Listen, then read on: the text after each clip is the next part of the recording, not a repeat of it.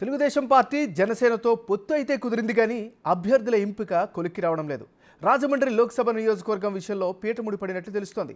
అక్కడ నుంచి పోటీ చేయాలని బీజేపీ రాష్ట్ర అధ్యక్షురాలు పురంధేశ్వరి భావిస్తున్నారు. మాజీ అధ్యక్షుడు సోము వీర్రాజు కూడా రాజమండ్రి టికెట్ కోరుతున్నారు.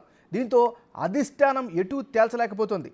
సోము వీర్రాజును అసెంబ్లీ బరిలో నిలవాలని చెప్తుంటే అందుకు ఆయన నిరాకరిస్తున్నట్టు తెలుస్తోంది.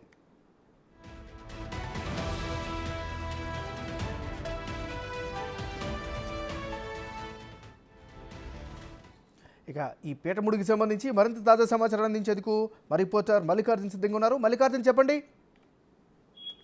నాగరాజు, ఏదైతే పొత్తుకు సంబంధించి కూటమిగా ఏర్పడిన తర్వాత బీజేపీ సంబంధించిన కేంద్ర నాయకత్వం ఇక్కడికి ఏదైతే టీడీపీ జనసేన నేతలతో కూడా క్లియర్ కట్ గా సమావేశం నిర్వహించుకోవడం, దాంట్లో ఎవరెవరు ఎన్ని సీట్లలో పోటీ చేయాలనే అంశంపై కూడా స్పష్టత తీసుకొని వెళ్ళడం జరిగింది. తర్వాత బీజేపీ సంబంధించిన ఏపీ నాయకత్వంతో కూడా బీజేపీ కేంద్ర నాయకత్వం సంప్రదింపులు జరుగుతూనే ఉంది. ఎవరెవరు ఎక్కడి నుంచి పోటీ చేయాలనే అంశంపై కూడా పూర్తిగా కూడా వాళ్ళు పరిశీలిస్తున్న పరిస్థితి కూడా ఉంది. దానికి సంబంధించిన సర్వేలు కూడా కొన్ని కొనసాగుతున్న పరిస్థితి కూడా ఉంది.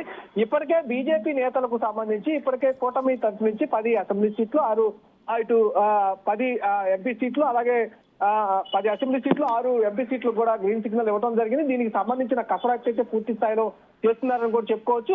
సంబంధించిన 6 పార్లమెంటుకు సంబంధించి కూడా అధినాయకత్వం నిర్ణయం తీసుకోబోతోంది. కొన్ని క్లారిటీని అయితే రావాల్సిన పరిస్థితి కూడా కనిపిస్తా ఉంది. అంటే ఎంపీగా పోటీ చేయాలనుకున్న అభ్యర్థుల్ని కొంతమందిని ఎమ్మెల్యేగా పంపించాలని కూడా అధిష్టానం భావిస్తున్న తరుణంలో దీనికి సంబంధించి సోము వీర్రాజు కంపల్సరిగా నేను ఎంపీగానే పోటీ చేస్తాననే విషయాన్ని కూడా కొంచెం క్లియర్ గా చెప్తున్న పరిస్థితి కూడా కనిపిస్తా ఉంది. దానికంటే ఎంపీ కంటే కూడా ఎమ్మెల్యేగా వెళ్తే బాగుంటుందనే విషయాన్ని అధినాయకత్వం కూడా సూచిస్తున్నప్పటికీ ఆయన కంపల్సరిగా నాకు రాజమండ్రి ఎంపీ సీటు కావాలనే విషయంపై కూడా ఆయన పూర్తిగా చెప్తున్న పరిస్థితి కూడా కనిపిస్తా ఉంది. ఇదే సమయంలో బీజేపీ రాష్ట్ర అధ్యక్షురాలు పురంధేశ్వరి కూడా ఆమె కూడా అక్కడి నుంచే పోటీ చేయాలని కూడా భావిస్తున్న పరిస్థితి కూడా కనిపిస్తా ఉంది. ఇరువురి మధ్య కొత్త సఖ్యత లేదనేది కూడా ప్రచారం జరుగుతున్న నేపథ్యంలో ఇరువురు ఒకే సీట్ ని పట్టుబడుతున్న నేపథ్యంలో కూడా సీట్లకు సంబంధించిన క్లారిటీ అయితే రాకుండా ఉంటున్న పరిస్థితి కూడా కనిపిస్తా ఉంది. ఇప్పటికే కూటమి సభ్యులకు సంబంధించి జనసేన కానీ టీడీపీ కానీ ఇరువురు కూడా ఇప్పటికే కొన్ని సీట్లు ప్రకటించడం జరిగింది. కొన్ని సీట్లు మాత్రమే పెండింగ్ ఉంచడం జరిగింది. ఎక్కడైతే ఇష్యూ బేస్డ్ గా ఉన్న సీట్లు ఏదైతే ఉన్నాయో ఆ సీట్లకు సంబంధించిన